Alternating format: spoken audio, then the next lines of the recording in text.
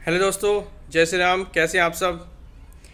चलिए, तो आज एक नए टॉपिक पे बात करते हैं और वो एक ऐसा टॉपिक है जो कि मोस्ट इंटरेस्टिंग टॉपिक है और इस टॉपिक में सबको प्रॉब्लम है। तो आज का टॉपिक का टाइटल है कि हमारे लेते ही स्टॉक नीचे क्यों गिर जाता है और हमारे बेचते ही स्टॉक ऊपर क्यों चला जाता है।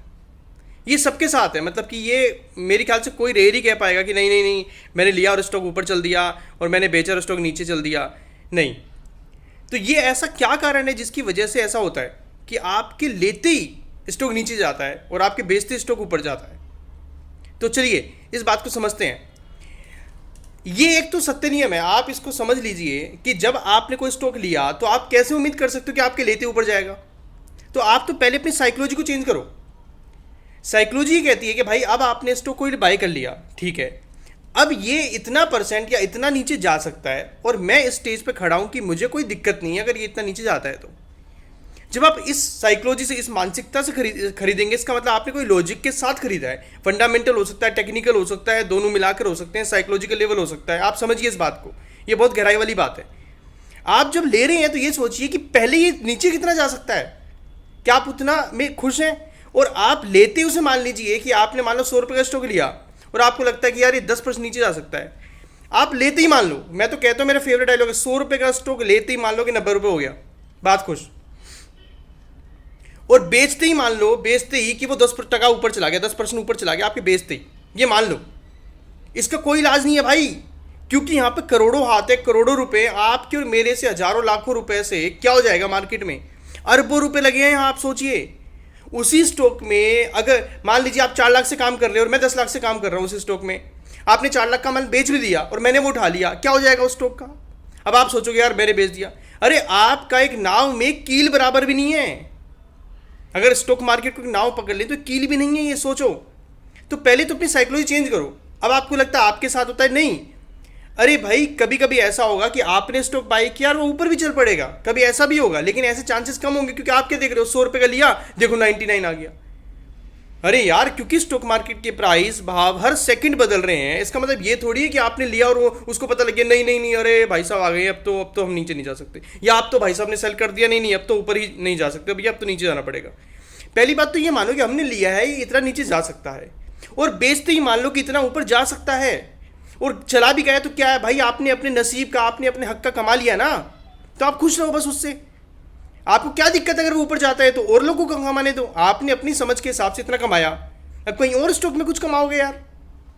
आप कौन होती है तय करने वाले कि यहाँ टॉप बनेगा और यहाँ बॉटम बनेगा? पहले साइकिलो चेंज कीजिए। अब आपको लगता है कि मैं आपको कह रहा हूँ या आपके साथ ये कि नहीं, मैं आपको बताता हूँ, मोहनीश पोब्रे, बड़े बड़े इन्वेस्टर इंटरव्यू दे चुके हैं ये बात, और मोहनीश पोब्रे का इंटरव्यू है और मुझे याद नहीं आ रहा कब का है, लेकिन उन्होंने कहा था एक स्टॉक के बारे में।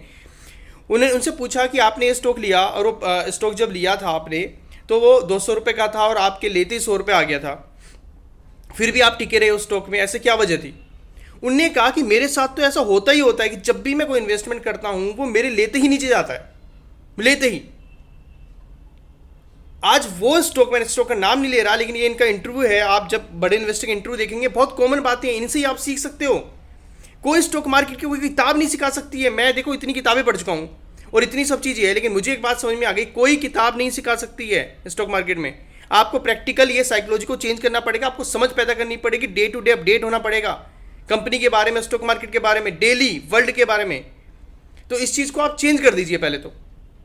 उन्होंने, मोहनीश पोब्रे बड़े इन्वेस्टर हैं, बहुत बड़े इन्वेस्टर हैं, वॉरेन बफेट से इंस्पायर, उन्होंने कहा था कि मेरे लेते, मैं जब भी इन्वेस्टमेंट करता हूँ किसी स्टॉक में तभी वो नीचे जाता है मेरे लेते। अब आप सोच लो, जब इतना बड़ा इन्वेस्टर ये कह सकता है, और 200 रुपये का 100 रुपये हो सकता है। मैंने विजय केडिया सर के बारे में डाला था पिछले साल, और भी कईयों के बारे में डाला कि कितने कितने स्टॉक थे उनके 60-70% गिर गए, फिर भी उनमें और पैसा लगाया। आप स्टॉक मार्केट में आए, अपनी साइकोलॉजी चेंज कीजिए। पहली बात तो आप लंबे समय के लिए आए हैं। दूसरी बात, आप 2 महीना, 4 महीना, 6 महीने में ट्रैक करके ये नहीं सोचेंगे कि भाई क्या हुआ, क्योंकि यहाँ पर मार्केट 1-1, 2-2 साल कई बार करेक्शन में चला जाता है, तो उस समय आप कभी पैसा नहीं बना सकते। लेकिन वो जब चलेगा ना, तो 2 साल का, 3 साल का क्या, अगले 2 साल का ही पैसा देगा। तो ये आपको विश्वास, यहां पर जो है ना, विश्वास ही पैसा बनाएगा, ये बात समझ लो। और मैं डेली सामना करता हूं एज ए ट्रेडर, जब मैं एफएनओ भी ट्रेड करता हूं ना, डेली सामना करता हूं इस बात का। जिस ट्रेड को मैं सोचता हूं कि यार ये अब नहीं जा रहा है या इसमें दिक्कत है और यहां हारने लगता हूं, वहीं पे वो चलता है अगले दिन, क्योंकि सबकी उम्मीद टूट जाती है। आप सोचो, आपको साइकोलॉजिकली इतना इंपॉर्टेंट होना पड़ेगा, इतना लेवल अपना अपग्रेड करना पड़ेगा, आपको ये यहां तक पहुंचना पड़ेगा।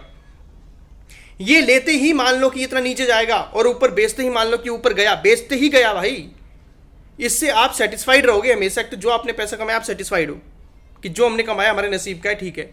दूसरा, आप लेवल इतना इंपॉर्टेंस नहीं दोगे, आपको इतना फर्क नहीं पड़ेगा।